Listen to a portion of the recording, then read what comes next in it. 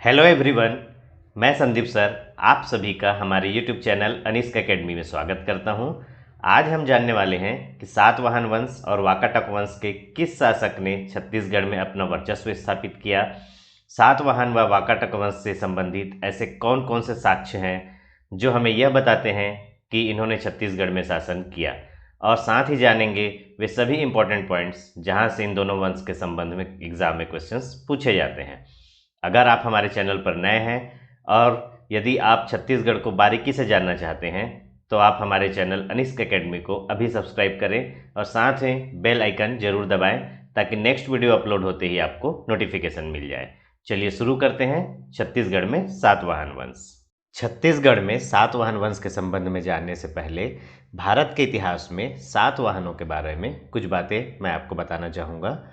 सातवाहन वंश के संस्थापक थे राजा सिमुक, जिन्होंने कण्व वंश के अंतिम शासक सुसर्मक की हत्या करके मगध पर सातवाहन वंश की स्थापना की थी। सातवाहन वंश की राजधानी थी प्रतिष्ठान, जो महाराष्ट्र में थी। इस वंश के प्रतापी शासक थे गौतमी पुत्र सप्तकर्णी, जिन्होंने ही छत्तीसगढ़ में विजय प्राप्त की थी। सातवाहन वंश का अंतिम शासक था विशिष्ट पुत्र पुलवामी। विशिष्ट पुत्र पुलवामी, जिसे संपूर्ण मगध वंश का अंतिम शासक माना जाता है। छत्तीसगढ़ में सातवाहन वंश के संबंध में पहला पॉइंट है कि वेनसोंग की सीयूके में दक्षिण कौशल में सातवाहन राज्य का उल्लेख मिलता है। वेनसोंग के अनुसार सातवाहन शासकों के द्वारा नागार्जुन के विश्राम हेतु सिरपुर में 5 मंजिला संघाराम अर्थात 5 मंजिला भवन का निर्माण करवाया गया था। वेनसोंग, जिसके बारे में हम पिछले वीडियो छत्तीसगढ़ में बौद्ध धर्म में अध्ययन कर चुके हैं कि वेनसोंग एक चीनी यात्री व बौद्ध दार्शनिक था। वेनसोंग की रचना थी सीयूके और वेनसोंग को यात्रियों का राजकुमार कहा गया है। तो वेनसोंग ने अपनी रचना सीयूके में दक्षिण कौशल अर्थात छत्तीसगढ़ में सातवाहन राज्य का उल्लेख किया है। और सिरपुर में 5 मंजिला संघाराम अर्थात 5 मंजिला भवन का निर्माण किन शासकों के द्वारा करवाया गया है, तो वह उसका उत्तर होगा सातवाहन शासकों के द्वारा, क्योंकि यह क्वेश्चन पूछा गया है। नेक्स्ट पॉइंट है सातवाहन नरेश राजा अपिलक की मुद्रा रायगढ़ जिले के बालपुर के निकट महानदी से तथा बिलासपुर के मल्हार से प्राप्त हुई है। एग्जाम में यह क्वेश्चन भी पूछा जा चुका है कि राजा अपिलक की मुद्रा कहाँ से प्राप्त हुई है, तो जिसका सही उत्तर है रायगढ़ जिले के बालपुर के निकट महानदी से व बिलासपुर के मल्हार से। सातवाहनों का व्यापार रोम से होता था। रोम के सोने के सिक्के चकरबेड़ा बिलासपुर से प्राप्त हुए हैं। चकरबेड़ा बिलासपुर में जो सोने के सिक्के प्राप्त हुए वह रोम में बने हुए थे, जिससे यह पता चला कि सातवाहनों का व्यापार रोम से होता था। सातवाहन कालीन काष्ठ स्तंभ जांजगीर जिले के किकारी से प्राप्त हुई है। और राजा वरदत्त श्री की जानकारी गुंजी अभिलेख जांजगीर चांपा के शक्ति से प्राप्त हुई है। राजा वरदत्त श्री के बारे में जानकारी गुंजी अभिलेख में मिलती है, जो गुंजी अभिलेख कहाँ से प्राप्त हुई है, जांजगीर चांपा के शक्ति से। ये सभी क्वेश्चंस एग्जाम में कभी ना कभी पूछे गए हैं कि रोम के सोने के सिक्के कहाँ से प्राप्त हुए हैं, तो बिलासपुर के चकरबेड़ा से। सातवाहन काष्ठकालीन स्तंभ कहाँ से प्राप्त हुए हैं, तो जांजगीर जिले के किकारी से। और गुंजी अभिलेख कहाँ मिली है, तो जांजगीर जिले के शक्ति से। सातवाहन शासक गौतमीपुत्र सप्तकर्णी ने छत्तीसगढ़ में विजय प्राप्त किया था।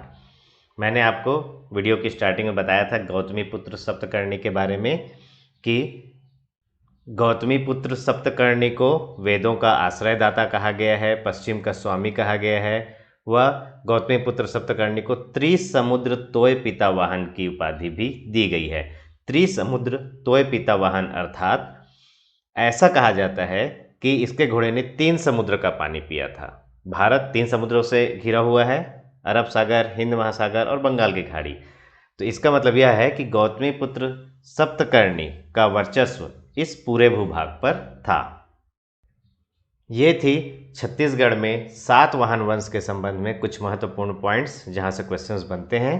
आगे देखते हैं छत्तीसगढ़ में वाकाटक वंश। वाकाटक वंश के संस्थापक थे विंध्य शक्ति और वाकाटक वंश के प्रतापी शासक थे प्रवरसेन, जिन्होंने 4 अश्वमेध यज्ञ करवाए थे। वाकाटक वंश की राजधानी थी नंदीवर्धन, जो नागपुर में थी। दुर्ग जिले के मोहल्ला से वाकाटक कालीन सिक्के प्राप्त हुए हैं। और वाकाटककालीन सोने के सिक्के बानबरत गांव से प्राप्त हुए हैं। ये याद रखेंगे कि वाकाटककालीन सोने के सिक्के बानबरत गांव से और वाकाटककालीन सिक्के दुर्ग के मोहल्ला से प्राप्त हुए हैं। वाकाटक वंश का अंत त्रिपुरी के कलचुरी वंश के शासकों ने किया। त्रिपुरी के कलचुरी वंश, जिसके बारे में हम काफ़ी डिटेल में अध्ययन करेंगे क्योंकि इन्होंने छत्तीसगढ़ में काफ़ी लंबे समय तक शासन किया, इसलिए आगे के वीडियो में हम कलचुरी वंश के बारे में डिटेल में जानेंगे। वाकाटक वंश के समकालीन शासक। वाकाटक वंश के समकालीन शासक थे गुप्त वंश थे और नलनाग वंश। गुप्त वंश और नलनाग वंश, आगे की वीडियो में हम गुप्त वंश और नलनाग वंश के बारे में चर्चा करेंगे। वाकाटक वंश के प्रमुख शासक। अब देखते हैं कि वाकाटक वंश में ऐसे कौन कौन से शासक थे जिन्होंने छत्तीसगढ़ में शासन किया। महेंद्र सेन। प्रयाग प्रशस्ति के अनुसार महेंद्र सेन को समुद्रगुप्त ने अपने दक्षिण विजय अभियान के दौरान हराया था। प्रयाग प्रशस्ति की रचना समुद्रगुप्त के ही दरबारी कवि हरिसेन ने की थी। उसी प्रयाग प्रशस्ति में यह उल्लेख है कि महेंद्र सेन को समुद्रगुप्त ने अपने दक्षिण विजय के दौरान हराया था और महेंद्र सेन का संघर्ष नल नागवंश के शासकों से भी होता रहा है। नेक्स्ट है रुद्रसेन। रुद्रसेन के बारे में आपको सिर्फ इतना ही याद रखना है कि रुद्रसेन का विवाह चंद्रगुप्त द्वितीय की पुत्री से हुआ था। चंद्रगुप्त द्वितीय, जिन्हें विद्वानों का आश्रयदाता कहा गया है, और चंद्रगुप्त द्वितीय के दरबार में नवरत्न थे और चंद्रगुप्त द्वितीय विक्रमादित्य की उपाधि पाने वाले सबसे विख्यात शासक भी थे। तो जिनकी पुत्री का विवाह किनसे हुआ था? वाकाटक वंश के शासक रुद्रसेन से हुआ था। रुद्रसेन के बाद वाकाटक वंश के अगले शासक थे प्रवरसेन। प्रवरसेन के आश्रय में महाकवि कालिदास ने कुछ समय व्यतीत किया था। कालिदास ने अपनी यात्रा के दौरान कुछ समय सरगुजा जिले के रामगढ़ की पहाड़ी पर मेघदूत की रचना की एवं सरगुजा को स्वर्ग का द्वार कहा। तो महाकवि कालिदास किसके शासनकाल में आए थे? तो वाकाटक नरेश प्रवरसेन के शासनकाल में छत्तीसगढ़ आए थे। कालिदास ने अपनी यात्रा के समय रामगढ़ की पहाड़ी सरगुजा पर मेघदूत ग्रंथ की रचना की थी और कालिदास ने सरगुजा को स्वर्ग का द्वार कहा है। मेघदूत का छत्तीसगढ़ी भाषा में अनुवाद मुकुटधर पांडे ने किया है। तो मुकुटधर पांडे ने छत्तीसगढ़ी भाषा में मेघदूत का अनुवाद किया है। तो ये सभी पॉइंट्स इंपॉर्टेंट हैं, इन्हें आपको याद रखना है। प्रवरसेन के बाद वाकाटक वंश के शासक बने नरेंद्र सेन। रिद्धिपुर अभिलेख के अनुसार नलवंशी शासक भवदत्त वर्मन ने नरेंद्र सेन को पराजित किया। तो आपको बस इतना याद रखना है कि रिद्धिपुर अभिलेख में किनका उल्लेख मिलता है? वाकाटक वंशी शासक नरेंद्र सेन का। और नरेंद्र सेन के समकालीन नलवंशी शासक थे भवदत्त वर्मन। नरेंद्र सेन के बाद वाकाटक वंश के शासक बने पृथ्वीसेन। पृथ्वीसेन केसरी बेड़ा अभिलेख के अनुसार पृथ्वीसेन ने नलवंशी राजा भवदत्त वर्मन के पुत्र अर्थपति को पराजित किया था। तो आपको यह बात याद रखनी है कि केसरी बेड़ा अभिलेख में किस वाकाटक वंशी शासक का उल्लेख मिलता है? तो पृथ्वीसेन का। और पृथ्वीसेन के समकालीन नलवंशी शासक थे अर्थपति।